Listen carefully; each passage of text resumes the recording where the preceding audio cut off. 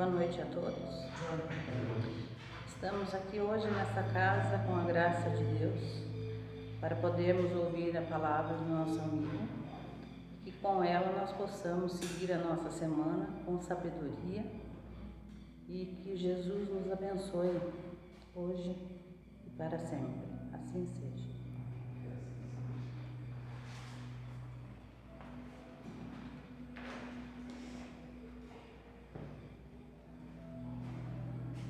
Boa noite a todos, boa noite a todos aqui, né?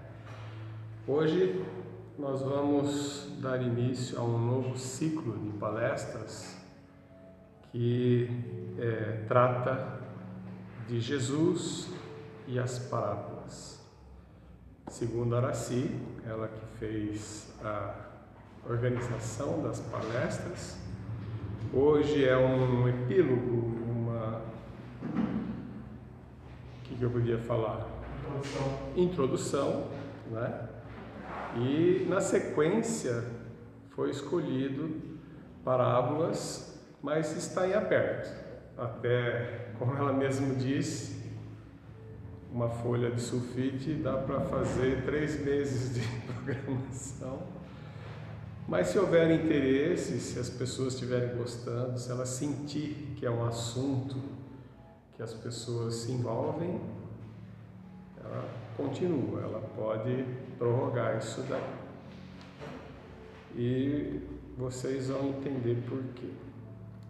Para nossa palestrinha de hoje, eu gentilmente aceitei a ajuda da Araci. Ela me deu um livro do Rafael Papa, onde ele trata desse assunto, se chama Jesus e as Parábolas. Ele mesmo faz análises, mas tem diversos autores, Haroldo Dutra e muitos outros, que ele transcreve e coloca nesse livro Jesus e as Parábolas. Achei muito interessante, não conhecia. Mas, principalmente para esse início de ciclo, eu acho que ele pontuou alguns itens que eu achei muito interessante. Não conhecia, vou ser sincero, e me interessei em compartilhar com todo mundo. O Rafael Papa, ele divide esse artigo dele em alguns tópicos. Obviamente eu fiz um resumo de alguns tópicos para caber dentro do nosso tempo de palestrinha. O primeiro tópico que eu quero falar se chama a quantidade de parábolas no Evangelho. E ele fala assim: existe uma discussão enorme de diversos pesquisadores a respeito de quantas são as parábolas que Jesus se utilizou e que ficaram registradas. Aí ele diz assim, tem uns que dizem que são 40 parábolas, outros 44, e tem até aqueles que dizem que são 52. Mas ele mesmo fala assim, olha, isso é uma pesquisa infrutífera, que não fecha a questão por 2 motivos bastante fortes. O primeiro motivo está no Evangelho de João, capítulo 21, versículo 25, que eu vou repetir. É João, então. Há, porém, ainda muitas coisas que Jesus realizou que, se fossem escritas uma por uma, nem mesmo o mundo teria lugar para os livros escritos. Então, já é um argumento muito forte que João pontuou lá no Evangelho dele. Ele quis dizer diversas coisas, entre elas, assim, a vida de Jesus, nessa fase que a gente conhece, foi muito rica, foi muito grande. Ele transcendeu e muitas coisas foram para o papel e muitas outras coisas foram deixadas de lado por vários motivos que não me importei quais são esses motivos. A única coisa que eu me interessei foi pesquisar sobre os livros apócrifos. E eu anotei uma frasezinha aqui para a gente ter uma dimensão. É assim, ó, e isso aqui é Wikipédia, viu? Não é nada profundo, é lá que está. O número dos livros apócrifos é maior que o da Bíblia canônica. Contabiliza-se 113, 52 em relação ao Antigo Testamento e 61 em relação ao Novo Testamento. Eu achei muito interessante isso. A Bíblia, ou os livros apócrifos, considerados apócrifos, são em número maior que os livros dentro da Bíblia canônica. Então, só por aí a gente já consegue falar. João, ele não viajou na maionese, ele falou coisa com coisa, não é? Se fosse colocar tudo escritinho, não daria para... Hoje com o computador não sei, não é? Mas ele quis dizer assim, tem muita coisa sobre Jesus que não ficou registrado. A gente sabe que Jesus não escreveu nada, ele só vivenciou e exemplificou. Os outros escreveram. Então, é bem possível que isso tenha acontecido. O segundo argumento, bastante forte, está dentro do Espiritismo. Ele fala, aqui nesse artigo dele, ele cita algumas obras mediúnicas que nos mostra quanto que existiu na vida de Jesus que não ficou registrado. Ele vivenciou, ele fez, ele ensinou, enfim, e não foi registrado. Naquele livrinho, aquele de quarta-feira, que eu falei sobre Joana de Cusa, que é de Humberto de Campos, a Boa Nova, já é um exemplo bastante forte.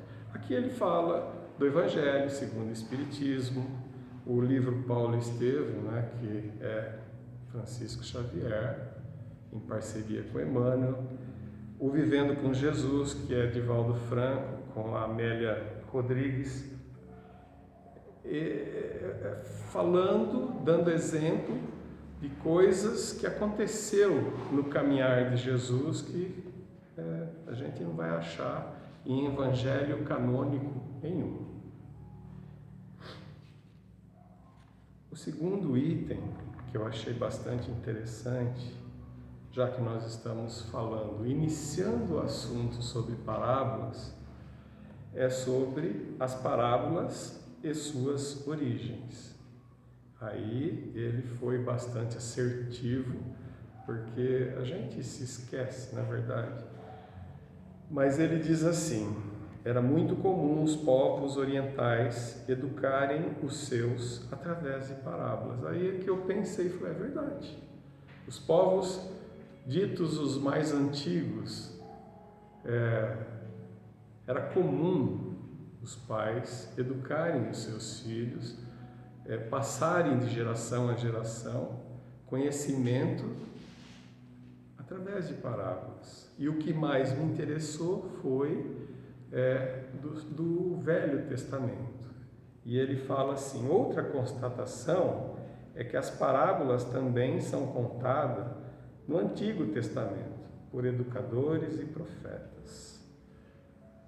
Aí eu mesmo perguntei, o que ele está querendo dizer com isso? Ele fala assim, por outro lado, existe um equívoco muito grande em quem estava por trás dessa influência na história através de parábola.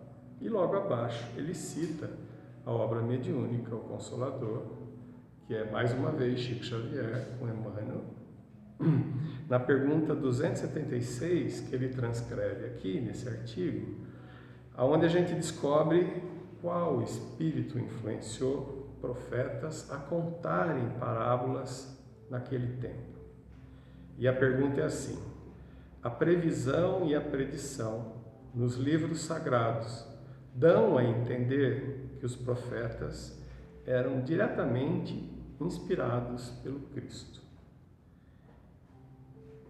E o Espírito diz assim: nos textos sagrados das fontes divinas do cristianismo, as previsões e predições se efetuaram sob a ação direta do Senhor, pois só Ele poderia conhecer bastante os corações, as fraquezas e as necessidades dos seus rebeldes tutelados, para sondar com precisão as estradas do futuro, sob a misericórdia e sabedoria de Deus.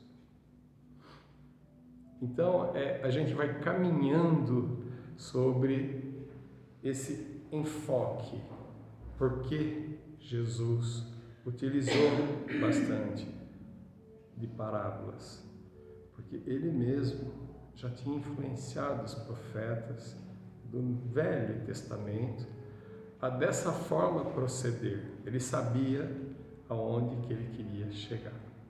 Faz todo sentido. Tem lógica, eu nunca tinha pensado nisso. Tá bom. Então, o Rafael Papa nos abre a mente para pensar nas parábolas que Jesus as disse de uma maneira mais diferente, mais abrangente. E aí, nesse ponto, eu mesmo falei assim: por que falas em parábola? Por que lhes falas em parábola? Aí eu me recorri ao Evangelho segundo o Espiritismo, que é no capítulo 24, que nós já vimos alguma coisa, que é o capítulo Não ponhais a candeia debaixo do alqueire. Alqueire, algueire, não sei, debaixo da mesa, da cama, dentro do cesto, não sei que palavra eles usavam, o que seria esse alqueire. Mas o que também me interessou foi essa passagem que está em Mateus, capítulo 13, versículo 10 a 15, que diz assim: aproximando-se, disseram-lhe os discípulos: por que lhes falas em parábolas? Respondendo-lhes, disse ele: é porque a vós outros foi dado conhecer o mistério do reino dos céus, mas a eles isso não lhes foi dado. Vamos interpretar essas palavras, né? Porque na verdade é claro que foi dado para eles e para os outros também essa possibilidade. A grande diferença é que quando ele fala a vós outros foi dado conhecer o mistério, ele quis dizer assim: a vós outros houve essa chama, vocês se interessaram em buscar o que estava sendo dito. E eles não, porque olha a sequência: porque aquele que já tem, mais se lhe dará, e ele ficará na abundância. Então, se eu me interesso por um assunto, como hoje nós estamos nos interessando pelo que o Espiritismo está nos abrindo de consciência, de conhecimento, obviamente esses ficarão na abundância. Aquele, entretanto, que não tem, mesmo que tem, se lhe tirará. Falo-lhes por parábolas, porque vendo, não vêem, e ouvindo, não escutam, e não compreendem. E neles se cumprirá a profecia de Isaías, que diz: ouvireis com os vossos ouvidos, e não escutareis. Olhareis com os vossos olhos, e não vereis. Porque o coração deste povo se tornou pesado e seus ouvidos se tornaram surdos e fecharam os olhos, para que os seus olhos não vejam e seus ouvidos não ouçam, para que seu coração não compreenda, para que, tendo-se convertido, eu não os cure. Olha que interessante essa passagem, obviamente com o foco de parábola. Não foi só parábola que o ensinamento do Cristo foi divulgado por ele mesmo, mas ele realmente se utilizou de parábola porque quando ele precisava falar sobre qual era o caminho da salvação, ele não foi ambíguo, ele foi claro, reto. É dentro do amor, é dentro da caridade. Você quer perdão? Perdoa. Você quer ser amado? Ame. Ame o teu pai sobre todas as coisas, etc. e tal, e ao próximo como a ti mesmo. Tão importante quanto ao primeiro mandamento, é esse mandamento que eu vos dou. Então, ele não deixou dúvidas. Mas, então, ele falou por parábola a hora que o assunto era um pouco mais detalhado, um pouco mais que nos custava um pouco mais pensar sobre o assunto, que seria aquele íntimo nosso, chamando a atenção que tinha coisa nova para ser vista. Nós todos sabemos que o povo judeu já era um povo que se interessava pelo assunto do Deus único, enfim, eles já tinham caminhado um pouco mais para frente. E aí vem Jesus e ele quer resgatar isso. E quando a gente pensa, quantos naquela época se interessou? Quantos foi ouvir mesmo o que Jesus tinha a dizer? Quantos ouviram e incrementaram em suas vidas aqueles ensinamentos? Eles já tinham coisas para trás, eles já herdaram muita. Se tem um povo oriental que manja de parábola, é o judeu. O judeu é bem educado através de parábolas. O Antigo Testamento está lá para falar que foi isso mesmo que aconteceu. E Jesus vem então falar assim, olha, tem umas coisas novas para falar.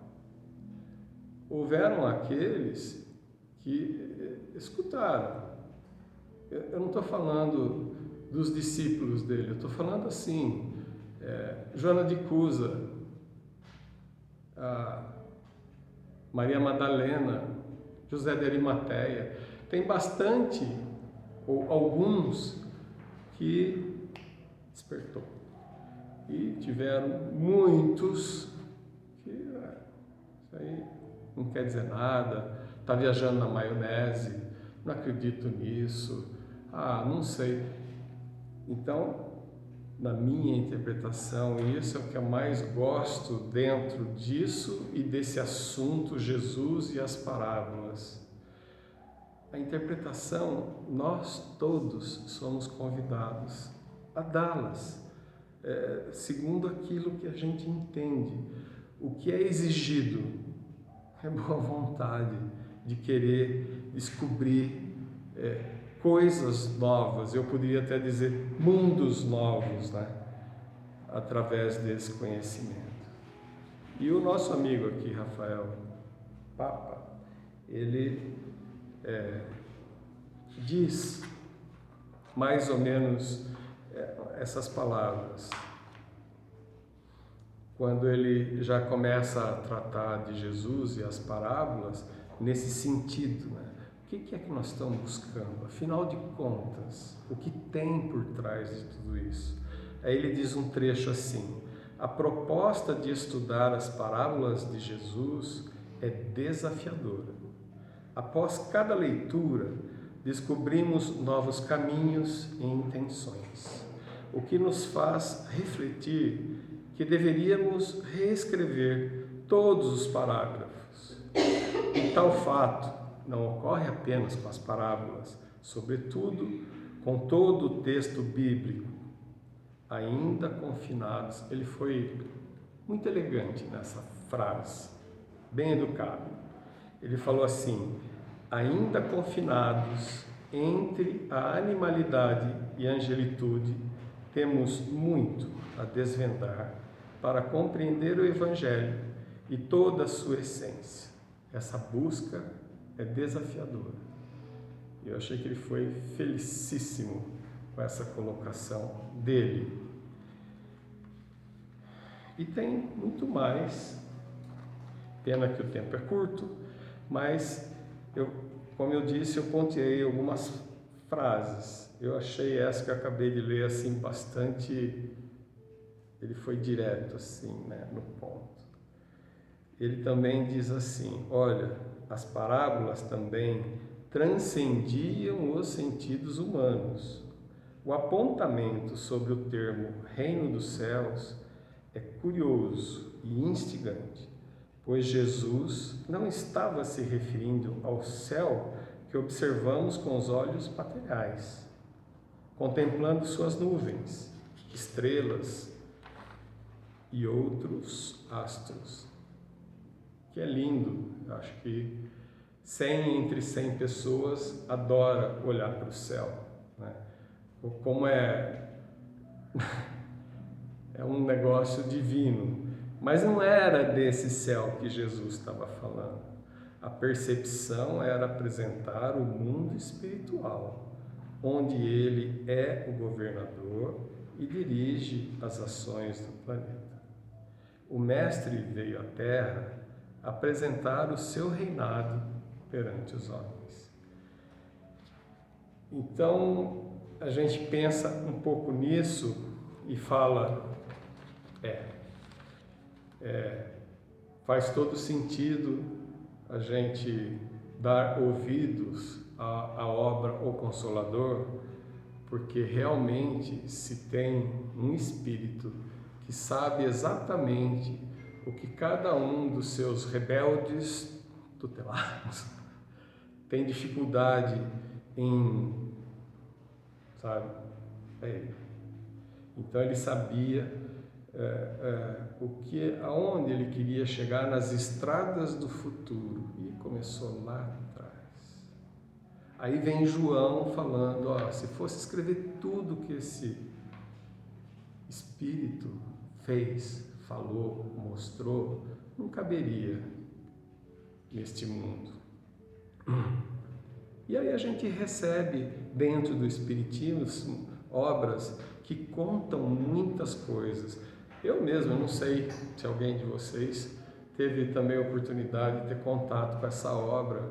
Há muito tempo atrás, alguém me passou aquele livro Jesus, dos 13 aos 33. Alguém já ouviu falar desse livro?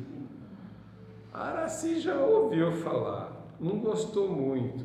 Eu adorei, porque mostra um menino que realmente estava milênios na frente daqueles que eram considerados. Por que ele foi nascer lá? Porque os caras tinham substância para poder entender. E aí isso mostra a dificuldade que nem sempre a gente, tendo esse preparo de conhecimento, vai nos abrir o coração e a sensibilidade para entender. Pior ainda, para colocar isso como forma de viver nas nossas ações. Sabe assim, o Adriano falou domingo sobre questão do Livro dos Espíritos, mas ele fez uma leitura dessa, assim, de falar, todo o lance está nessa vontade ou não da gente colocar isso em atividade no nosso dia a dia, né? E para encerrar a palestra inaugural, introdutória sobre Jesus e as parábolas, eu estava escutando aquela filósofa, o Márcio, Vera Lúcia? Lúcia Helena Galvão. Eu estava escutando uma palestra dela e ela contou uma historinha de Sócrates que eu achei que serve assim, sabe, no nosso assunto de hoje. Ela disse assim, Sócrates, ele tinha um amor muito profundo pela mãe, que eu fui até querer saber o nome. Parece que é Fenarete, na nossa língua brasileira, vamos falar assim. Então ele tinha assim um amor incondicional pela Fenarete, a sua mãe. E menino ainda, ele quis entender da mãe dele qual que era a atividade dela. Então ela pôs o menino sentado e falou assim, meu filho, a sua mãe, ela é uma parteira. Parteira, você poderia me apresentar essa atividade? Porque vamos e convenhamos, Sócrates era um menino, né? Foi um espírito naquela encarnação, 500 anos antes de Cristo, bastante curioso, ele gostava de conhecer coisas. Ela falou, claro, ficou muito orgulhosa do filho. Primeiro, por ele ser homem, numa sociedade, sendo Atenas um pouco melhor, não é Esparta, mas homem era homem. Se ocupar de afazeres feminino, ela já achou um negócio fantástico. E na primeira oportunidade, ela pegou Sócrates e falou, vamos junto. E aí, quando ele viu o que aconteceu, ele ficou extasiado. Ele não se cabia dentro de si. E quando ele já estava se voltando, né, se dirigindo para a sua casa com a sua mãe, ele falou, mãe, mas o que você faz é um negócio bárbaro. Você ajuda a vir à luz do mundo uma criança. É um negócio fantástico, do outro mundo. Eu preciso aprender isso, as pessoas precisam aprender e tal. E ela deixou ele falar. Quando ele terminou o discurso dele, ela falou, Sócrates, presta atenção numa coisa. O que eu faço é só ajudar. O mais importante é que as mulheres que eu ajudo, como você diz, a vir à luz do mundo, as crianças, elas têm predicado, elas estão grávidas. Aí ele parou, pensou e ficou sem resposta.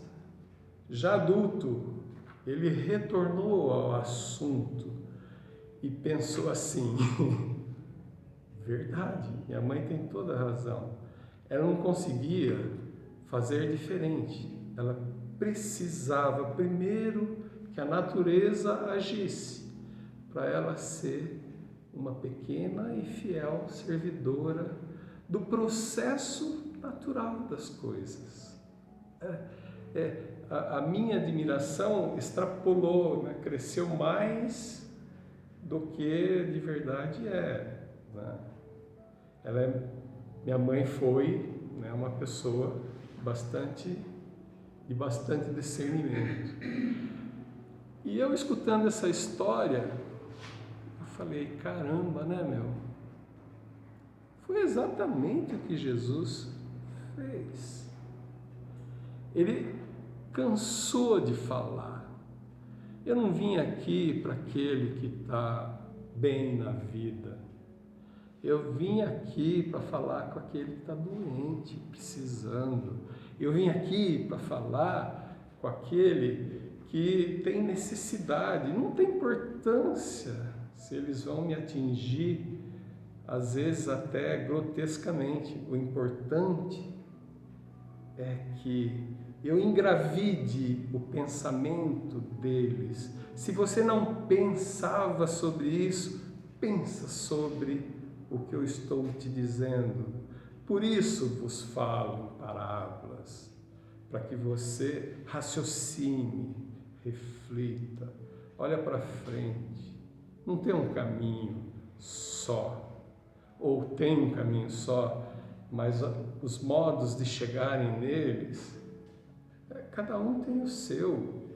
E foi isso que ele também quis fazer com esse, como diz aqui, esses rebeldes tutelados que têm dificuldade em entender, aceitar e viver os ensinamentos. Por isso eu acho que Araci foi bastante feliz em escolher esse ciclo, né, no Evangelho das parábolas. Os palestrantes que virão na sequência vão falar parábolas que, segundo Araci, ela foi abrindo esse livro aqui, Jesus e as Parábolas, e onde outros autores falaram as suas interpretações, a interpretação desses autores a respeito da parábola de Jesus. E então utilizaram desse conceito que Rafael Papa pôs, né?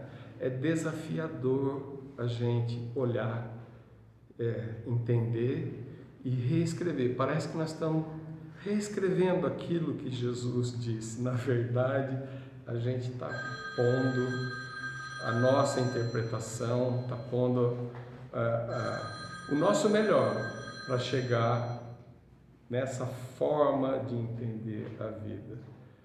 E quando a nossa amiga lá, Lúcia, falou: agora eu entendo que eu não sou um parteiro, mas eu posso fazer de tudo através do meu conhecimento para que os homens se engravidem com as ideias maiores, que busquem entender a vida, né? E aí eu falei, eu conheço alguém que fez esse caminho, ele se chama Jesus, né? Foi isso que ele fez também, e fez de uma maneira muito, muito assim, cheia de vida, né? Porque procura lá Jesus e João Batista, primo dele, e que ele falou: dos nascidos das mulheres é o maior entre os homens. Quer dizer, ele considerava João um cara, né, porreta. Quantas conversas Jesus e João teve depois que eles saíram lá criança, que as duas mães ficaram preocupadas? Quase nenhuma, porque ele sabia que João ia trilhar o caminho. E eu só pontuei para falar assim, tem vários exemplos, mas a preocupação de Jesus qual que era? O caído, aquele que, sabe, lembrei que você falou da mulher lá, que ele não perguntou o que ela tinha feito, que ela não quer saber o que você fez, não quero saber nada, não quero saber detalhe nenhum, vá e não peques mais. Essa era a preocupação de Jesus. E, né, por hora vai ser, né? Ele fala com nós, é conosco mesmo que ele está falando. Tá bom? Muito obrigado. Estou emocionado de ver isso aqui cheio. Fazia tempo que eu não via tanta gente assim. Eu vou até contar. 1, 2, 3, cadê? A Isilda já foi, né? 4, tá vendo? Ela foi mais próxima de mim. Aí, ó, tá vendo? Muito obrigado, viu? Era isso que eu queria falar. Eu achei que eu fosse ganhar do Adriano hoje, falar com mais com menos tempo, mas não consegui. Tudo bem, fica para a próxima. Bom, e para a gente finalizar o nosso evangelho de hoje, como sempre, eu convido todos vocês a fecharem os olhos, se assim o desejarem. Mas é primordial que nós unamos os nossos pensamentos. E unidos que estamos, que possamos elevá-los até este Mestre Jesus, modelo e guia para todos nós. Agradecer a Deus por esta oportunidade, agradecer a espiritualidade que sempre está conosco, nos ajudando e nos amparando. Que possam esses espíritos amigos perceber em cada um de nós as nossas melhores energias e pensamentos, e que possam ser levadas essas energias para os nossos irmãos que necessitam ainda mais do que nós, e assim possamos nos sentir agradecidos, favorecidos e humildes e pequeninos ajudantes desta grande seara do Mestre Jesus. Que Deus nos ampare, nos abençoe e que Jesus nos ilumine, hoje e sempre. Que assim seja.